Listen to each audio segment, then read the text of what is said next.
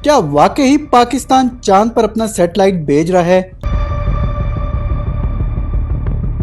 ये क्या हुआ?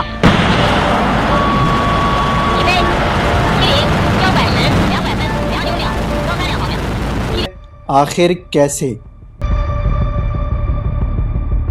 इससे पाकिस्तान को क्या फायदा होगा? ये सब जानने के लिए इस वीडियो के आखिर तक जुड़े रहें। और अगर आप मेरे चैनल पर नए हैं तो मेरे चैनल को सब्सक्राइब और फ्यूचर नोटिफिकेशंस के लिए बेल आइकन को जरूर प्रेस कर दीजिए। दोस्तों, ये एक बड़ी खुशाइन बात है कि पाकिस्तान भी उन ममालिक की सफ में खड़े होने जा रहा है जिन्होंने अपने सैटेलाइट्स चांद पर उतारे। इनमें से कुछ ममालिक तो ऐसे हैं जिन्होंने इस मकसद के लिए अपने स्पेसशिप्स का इस्तेमाल किया, जैसे अमेरिका, चाइना, रूस, जापान और इंडिया भी शामिल हैं।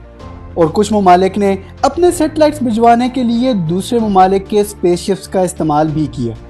दोस्तों, अब पाकिस्तानी सैटेलाइट के तनाज़र में सबसे पहले हमें चाइनीज स्पेसशिप्स चैंग E6 के बारे में जानना जरूरी है। चैंग E6 की खासियत यह है कि ये चांद के उस हिस्से पर लैंड करेगा जो हमें नजर नहीं आता, यानी चांद की बैक साइड, जिसे फार साइड ऑफ द मून भी कहते हैं। ये स्पेसशिप्स जब उस हिस्से पर पहुंचेगा तो उसमें से लैंडर चांद पर लैंड करेगा और फिर ड्रिलिंग के जरिए चांद के उस हिस्से से सैंपल्स कलेक्ट करके वापस आ जाएगा। इस सारी एक्सरसाइज का मकसद इस चीज की खोज लगाना है कि क्या फार साइड ऑफ द मून पर पानी या बर्फ के आसार मौजूद हैं या नहीं। दोस्तों, सुनने में आ रहा है कि कुछ अरसे में इंडिया अपना स्पेसशिप चंद्रयान 4 लॉन्च करेगा और इसका मकसद भी कुछ यही होगा।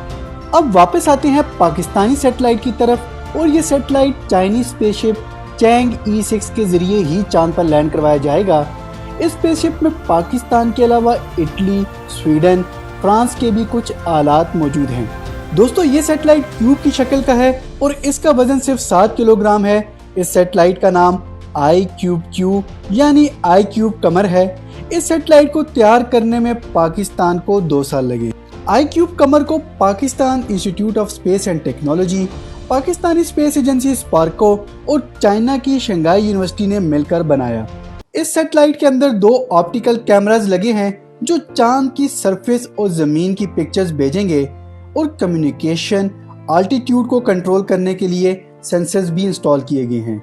दोस्तों, अब iCube कमर की कामयाबी का दारोमदार एक तो चैंग E6 स्पेसशिप से सक्सेसफुली सेपरेट होने पर है, और फिर इसके बाद इस चीज का सिग्नल मिलना कि ये सैटेलाइट प्रॉपर काम भी कर रहा है। ये सैटेलाइट 8 मई को चांद पर लैंड करने के बाद 6 माह तक इसके गिर्द रिवॉल्व करेगा। अब सवाल ये उठता है कि आखिर इस सैटेलाइट से पाकिस्तान को क्या फायदा होगा, और क्या ये इकदाम उठाना पाकिस्तान के लिए जरूरी था। दोस्तों, दर हकीकत पाकिस्तान इस वक्त कर्जे में डूबा हुआ है और पॉलिटिकल अनस्टेबिलिटी है, और इस वक्त ये एक बहुत बड़ा कदम है। ये प्रोजेक्ट आने वाले बच्चों का साइंस और इनोवेशन की तरफ रुझान बढ़ाएगा और हमारे बच्चों की तरजीहात, फरसूदात और टाइम वेस्टर से हटाकर रिसर्च साइट पर लेकर जाने में अहम किरदार अदा करेगा। मेरे ख्याल में ये प्रोजेक्ट हमारे लिए किसी फख्र से कम नहीं।